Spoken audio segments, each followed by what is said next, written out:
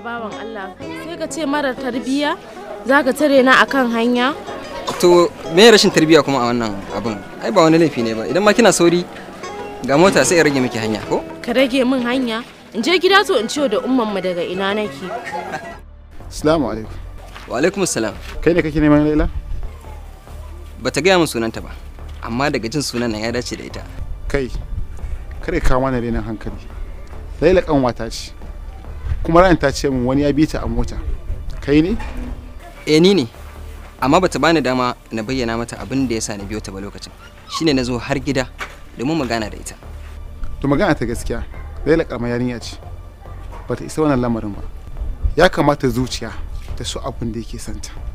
Laila ba ta son ka. Kuma Laila ba ta ka bace. Dan haka ka nemi daidai kai. Dakata. Ina son Laila. Kuma ko ta halin kaka sai na same ta.